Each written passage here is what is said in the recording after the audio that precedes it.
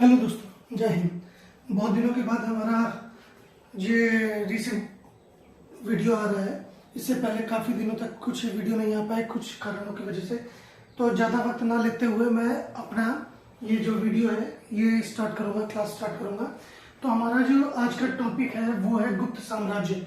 तो गुप्त साम्राज्य का प्रारंभ कहाँ से होता है? तो जब भारत में मौर्य साम्राज्य का अंत हुआ तो मौर्य साम्राज्य के अवशेषों पर या उत्तर पश्चिम से जो यूनानी शासक आए उनने कुषाणों के ही ये जो पहले प्रांतपति या सामंत बोले जाते हैं। तो जब कुषाणों की स्थिति कमजोर हुई तो ये स्वतंत्र हो गए। तो हमेशा से ही जब केंद्र में राजा की शक्ति घटती थी तो जो उसके सामंत होते थे वो स्वतंत्र हो जाते थे। तो इनका भी एक सामंत होता था। ऐसा माना जाता है कि इनके जो सबसे पहले संस्थापक थे वो श्रीगुप्त थे और श्रीगुप्त कुषाणों के सामंत थे। तो जब कुषाण कमजोर हुए तो श्रीगुप्त ने उत्तर भारत में अपने आप को स्वतंत्र कर लिया। लेकिन जो वास्तविक श्रेय दिया जाता है गुप्त साम्राज्य की स्थापना का वो चंद्रगुप्त फर्स्ट को दिया जाता है। इतिहास में बहुत सारे चंद्रगुप्त नाम के राजा हुए जिनमें चंद्रगुप्त फर्स्ट, चंद्रगुप्त सेकंड और चंद्रगुप्त मौर्य बहुत ही ज्यादा इंपॉर्टेंट है। ये चंद्रगुप्त द्वितीय जो है वो चंद्रगुप्त विक्रमादित्य के नाम से फेमस है और विक्रमादित्य उपाधि इतिहास में बहुत सारे राजाओं ने ग्रहण करी है। तो हम स्टार्ट करते हैं चंद्रगुप्त फर्स्ट से। ऐसा बोला जाता है कि ये वैश्य थे, क्षत्रिय नहीं थे। तो इनकी सत्ता को इन्होंने एक्सेप्ट करवाने के लिए जब ये स्वतंत्र हो गए और शक्तिशाली हो गए तो इन्होंने बहुत सारे विवाह किए ब्राह्मणों से और क्षत्रिय ऊंचे कुलों में, ताकि इनकी जो सत्ता है उसको एक्सेप्ट किया जा सके। तो चंद्रगुप्त फर्स्ट पहले 300 इनका जो शासन काल है ये 319 से 334 तक 319 से 334 तक इन्होंने शासन किया। और इन्होंने लिच्छवी गणराज्य की जो शासक की पुत्री थी लिच्छवी प्रिंसेस उससे विवाह किया। क्यों? क्योंकि ये अपने समय की बहुत ही शक्तिशाली गणराज्यों में से एक माना जाता था। और कोई भी व्यक्ति जो शक्तिशाली व्यक्ति से के घर में जमाता बनता है या अपनी बेटी का विवाह करता है या स्वयं विवाह करता है, संबंध स्थापित करता है तो उसकी शक्ति का ही उत्थान होता है। तो इससे लिच्छवी प्रिंसेस से शादी करने के कारण चंद्रगुप्त फर्स्ट का जो शासन था उसको एक वैधता प्रदान हुई, इसकी शक्ति में भी बढ़ोतरी हुई। और इसके गुप्त साम्राज्य के उदय और इतने बड़े साम्राज्य के निर्माण में जो सबसे महत्वपूर्ण कारण था वो था इसके योग्य उत्तराधिकारी। चंद्रगुप्त फर्स्ट का जो पुत्र था समुद्रगुप्त, ये अपने पिता से बहुत ही ज्यादा शक्तिशाली था और इतिहास में इसे नेपोलियन के नाम से भी जाना जाता है, जिससे मैं बिल्कुल भी सहमत नहीं हूँ। क्योंकि नेपोलियन अपने जीवन के अंतिम युद्धों में पराजित हुआ था लेकिन समुद्रगुप्त कभी भी पराजित नहीं हुआ। समुद्रगुप्त ने जो शासन किया वो 335 से 380 ईस्वी के मध्य में किया। और जो हरिशेन जो महान लेखक है वो समुद्रगुप्त के ही दरबारी कवि थे। इसने भी अपने दरबार में 9 रत्नों को रखा और इसने जो अपने जीवन में जो युद्ध लड़े हैं उनके युद्धों को और उसके साम्राज्य को 5 डिवीजन में हम कर सकते हैं। पहला तो गंगा यमुना का दोआब। अब गंगा यमुना का दोआब आप सभी जानते हैं कि एक बहुत ही उच्च कोटि का उपजाऊ भूमि वाला क्षेत्र था जहां से सबसे ज्यादा पैदावार आती थी, जहां से सबसे ज्यादा राजस्व एकत्रित किया जाता था।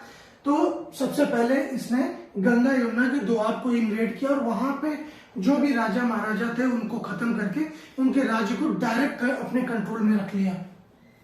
इसने दूसरी जो युद्ध किया या दूसरे डिवीजन में क्षेत्रों में आक्रमण किया वो था पूर्वी हिमालय, असम, मणिपुर, पश्चिम बंगाल और हिमालय में नेपाल, भूटान, यहाँ पे युद्ध करके उसने वहां के राजाओं को अपनी शक्ति का एहसास दिलवाया और सालाना खिराज बोलते हैं या टैक्स बोलते हैं या उपहार लेकर उन राजाओं को राज्य करने दिया।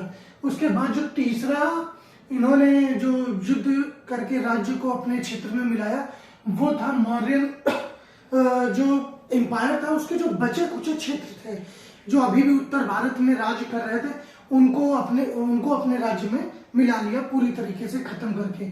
ये 3 बहुत ही महत्वपूर्ण है।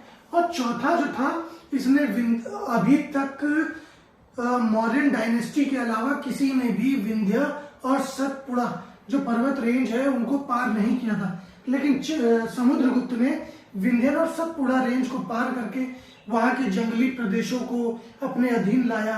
वहां पर जो छोटे छोटे कबीले थे उनको पराजित किया और उन पर डायरेक्ट कंट्रोल किया। उसके बाद ईस्ट दक्कन, मतलब दक्कन के पूर्वी क्षेत्रों में आक्रमण किया और अपनी जो ताकत थी वो तमिलनाडु के कांचीपुरम तक ले गया। लेकिन ये विंध्य सतपुड़ा के जो क्षेत्र थे उन पर डायरेक्ट कंट्रोल नहीं किया जा सकता था, क्योंकि जिस भी राजा ने इन क्षेत्रों पर डायरेक्ट कंट्रोल की कोशिश करी है, जैसे मोहम्मद बिन तुगलक ने और औरंगजेब ने, उन सभी का साम्राज्य नष्ट हुआ है, क्योंकि ये उत्तर भारत से बहुत दूर और दुर्गम थे। इसलिए इसने क्या किया, वहां के राजाओं को पराजित किया और उनके राज्य को उन्हीं के पास रहने दिया और वहां से सालाना जो टैक्स आता था वो ग्रहण किया। फिर पांचवा जो क्षेत्र था, इसने उत्तर पश्चिमी जो सीमा थी उसको सुरक्षित किया, वहां से शकों और कुषाणों को भगा दिया। कई आक्रमण होते थे शकों के, हूणों के, लेकिन ये राजा इतना शक्तिशाली था कि उसने वहां पर सभी को पराजित करके अपनी केंद्रीकृत सत्ता की स्थापना करी। हम बाद के चैप्टर में देखेंगे कि ये पूरी तरह केंद्रीकृत राज्य नहीं था और इनकी जो सेना थी वो काफी बड़ी थी, लेकिन सामंतों के पास भी सेना हुआ करती थी। शकों कुशालों को हराया। फिर समुद्रगुप्त का जो हरिसेन था, दरबारी कवि, इसी के समय में जो क्या नाम है उसका, एक पिलर है जिसके ऊपर समुद्रगुप्त, जहांगीर और अशोक के इंस्क्रिप्शन लिखे हुए हैं, जिसको इलाहाबाद से दिल्ली लाया गया था। उसके बाद जो इसका पुत्र था चंद्रगुप्त विक्रमादित्य, जिसको चंद्रगुप्त द्वितीय के नाम से जानते हैं, ये सारे गुप्त राजाओं में सबसे ज्यादा महान माना जाता है। हालांकि इसने बहुत ज्यादा ही विजय नहीं करी है समुद्रगुप्त के द्वारा। समुद्रगुप्त की जो पॉलिसी थी भेरी घोष की थी, मतलब ताकत के बल पर इसने अपने राज्य को बढ़ाया। लेकिन चंद्रगुप्त द्वितीय की जो पॉलिसी थी वो अपने पिता से थोड़ी सी अलग थी। चंद्रगुप्त ने अपने साम्राज्य को बढ़ाने के लिए मैट्रिमोनियल अलायंसेस का इस्तेमाल किया, विवाह संबंधों का, कई जगह उसने विवाह किए, कई जगह उसने विवाह अपनी पुत्री का, बेटी का विवाह किया, ताकि एक दूसरे से मित्रवत संबंध बने रहे। लेकिन चंद्रगुप्त विक्रमादित्य से पहले इनके बड़े जो भाई थे वो थे रामगुप्त राजा बने थे। अब इतने बड़े गुप्त साम्राज्य का शासन एक कमजोर व्यक्ति के हाथों में कैसे रह सकता है? तो रामगुप्त को जब राज्य मिला तो रामगुप्त अपने शक्तिशाली शासकों या शत्रुओं का सामना नहीं कर पाए। तो उन्होंने क्या किया कि एक बार क्या हुआ कि उनकी पत्नी का किसी शत्रु ने अपहरण कर लिया और जब वो युद्ध में पराजित हो गए तो उन्होंने, पता चला कि पराजय स्वीकार कर ली है, तो उनको बदले में अपनी पत्नी को उस शत्रु राजा के पास जाने दिया। तो अब ये बात चंद्रगुप्त द्वितीय को पता चली। वो आग बबूला हो उठा। अब आग बबूला हो उठा, बोला कि इतनी महान कीर्ति हमारे पुरखों की और आपने ऐसे ही कैसे दान कर दी। तो चंद्रगुप्त द्वितीय ने क्या किया कि एक स्त्री का रूप बनाया, अपनी भाभी का रूप बनाया और शत्रु खेमे में अकेले ही चला गया। तो ऐसा बोला जाता है कि अकेले चला गया, लेकिन हम ये मान के चलते हैं कुछ सैनिकों के साथ। फिर भी शत्रु खेमे में अकेले या कुछ सैनिकों के साथ जाना बहुत ही वीरतापूर्ण बात थी। वो अकेले गया और चंद्रगुप्त द्वितीय ने अकेले ही उसके पूरे, मतलब जो उनका जो मेन स्थान था जिसको हरम बोलते हैं, या ऐसी जगह जहाँ पर स्त्रियां रहती हैं, राजा रहते हैं उनके, तो उनको नाश किया और अकेले ही पराजित किया। तो जब ये वापस आया तो इसके भाई को पता चला कि अकेले ही चंद्रगुप्त ने सबका विनाश कर दिया है। तो उसको इतनी शर्मिंदगी महसूस हुई और तो उसने क्या किया, सिंहासन अपने भाई के लिए छोड़ दिया और संन्यास ग्रहण कर लिया। फिर चंद्रगुप्त द्वितीय राजा बना और उसने अपनी भाभी से विवाह कर लिया। फिर चंद्रगुप्त विक्रमादित्य ने अपने पिता की छोड़ी हुई विरासत को और आगे बढ़ाया। उस समय चंद्रगुप्त विक्रमादित्य के राज्य के समय दक्षिण पश्चिम में एक बहुत ही शक्तिशाली राज्य हुआ करता था। इस तरफ, जिसको बोलते हैं वाकाटक। वाकाटकों को पराजित करना बहुत ही मुश्किल था।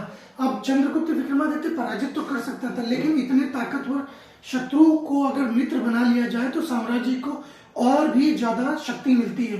तो चंद्रगुप्त द्वितीय ने क्या किया, अपनी बेटी प्रभावती गुप्त का विवाह वाकाटक शासक से कर दिया और दुर्भाग्य से वाकाटक शासक की मौत हो गई। तो इसका जो नाबालिग पुत्र था उसको राजा बना दिया गया और प्रभावती गुप्त उसके संरक्षिका बन गई। अब प्रभावती गुप्त उसकी संरक्षिका बन गई तो मतलब इनडायरेक्टली चंद्रगुप्त द्वितीय का ही शासन हो गया वाकाटकों पर। तो साम्राज्य की सीमा और भी बढ़ गई। तो कई लोगों को उन्होंने पराजित करके, कईयों को डायरेक्ट कंट्रोल लेके, डरा के, धमका के, बहला के या सालाना खिराज या टैक्स देने के बदले में ऐसे अपने साम्राज्य का विस्तार किया। तो आज हम अभी यहीं तक रुकते हैं, कल हम आगे बढ़ेंगे।